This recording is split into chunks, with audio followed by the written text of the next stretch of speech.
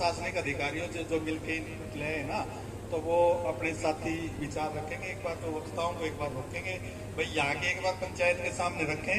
तो मैं भाई विजय गोटदा जी से अनुरोध करूंगा कि वो क्या इनपुट लेके आए ना, उसको वो बताएं आप सबके साथ। एसपी साहब और एसडीएम साहब दोनों आए थे रेस्ट हाउस में। हम 10 सदस्यीय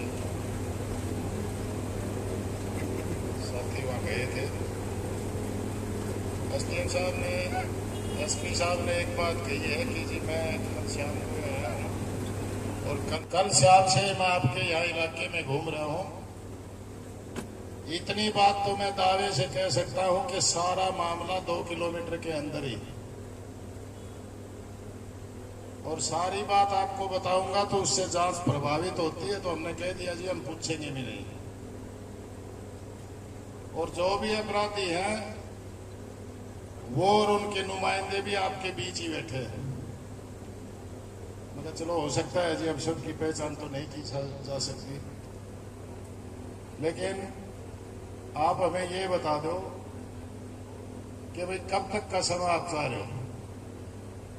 तो उन्होंने एक अपनी बात रखी कि भाई आप लोगों का धरना या चल रहा है, लोगों में गुस्सा है, या तो आप सारे मौजूद आदमी बैठे हो, धरने पे आपका कंट्रोल भी आप शांतिपूर्वक कर रहे हो, पुलिस का प्रशासन का भी सारा ध्यान आपकी तरफ है, और मामले को सुलझाने की तरफ जो हमारा ध्यान होना चाहिए था वो ज्यादा आपकी तरफ है। क्योंकि आपकी तरफ से तो हमें आश्वासन है कि यहाँ तो कुछ नहीं होगा, लेकिन आपके आक्रोश को देखते हुए बांडा में कोई रास्ता रोका जा सकता है, कोई झड़प हो सकती है, कोई शिवानी में हो जाए, कोई और हो जाए। तो अगर आप एक बार धरने को स्थगित कर दो तो हमारा सारा ध्यान उस बात पे चला जाए। उस बात के लिए तो हमने एसपी साहब को ना बोल दी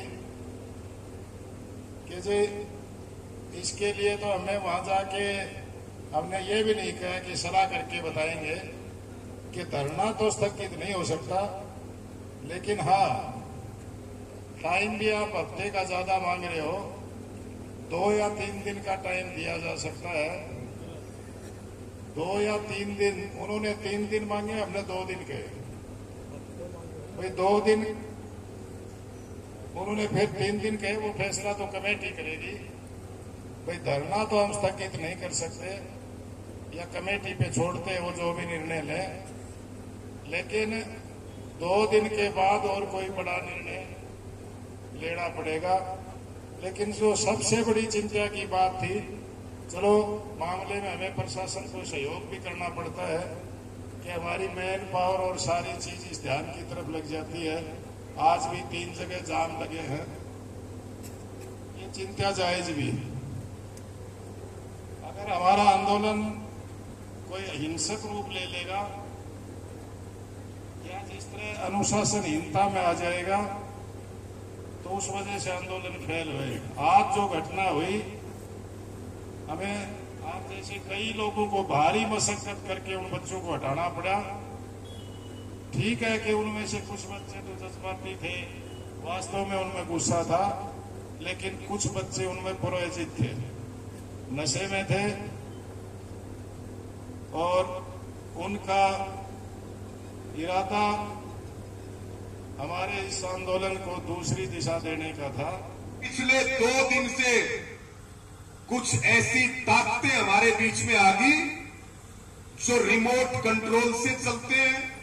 कुछ लोग यहां पर नशा करके आ रहे हैं, कुछ लोग जाकर के नेशनल हाईवे के ऊपर बैठ रहे हैं, कुछ लोग चाहते हैं आग लगा दें, कुछ लोग चाहते हैं तोड़फोड़ कर दें, कुछ लोग चाहते हैं प्रशासन की हम मदद करें, कुछ लोग चाहते हैं दोषियों को बचा लिया जाए।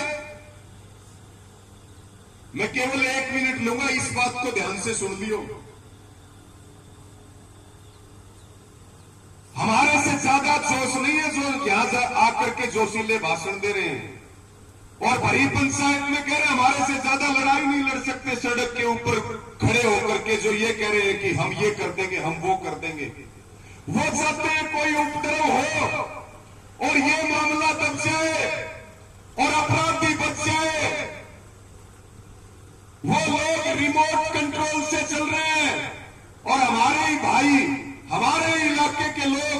जब वो आकर के गलत कदम उठाते हैं, गलत बात करते हैं, तो किलकी मारते हैं उनके समर्थन में। ये काम करने के लिए आ रहे हो क्या? एक बार हाथ उठा करके बता दो, एक बार बताओ हाथ उठा करके। नहीं आ रहे हैं। हम क्या चाहते हैं? ऐसे लोगों से सावधान रहना है, ये आपकी जिम्मेदारी है। अगर कोई दूसरा काम हो गया तो जो मुद्दा चल रहा है वो दबेगा कि नहीं दबेगा? बताओ। कितने उदाहरण मैं आपको बताऊं। इसलिए जितने लोग यहां खड़े हैं, सब के दर्द है, तकलीफ है। हाथ उठा करके विश्वास दिलाओ, 2 दिन से जो चीजें चल रही हैं, अब आगे किसी भी कीमत पर नहीं चलेंगे। हम सब जिम्मेवार बन के काम करेंगे। एक बार हाथ उठाओ, सारे जने कुछ के नीचे है भाई। और पंचायत में झूठा हाथ नहीं उठाना चाहिए किसी ने। पंचायत में हाथ उठे तो सच्चा उठना चाहिए।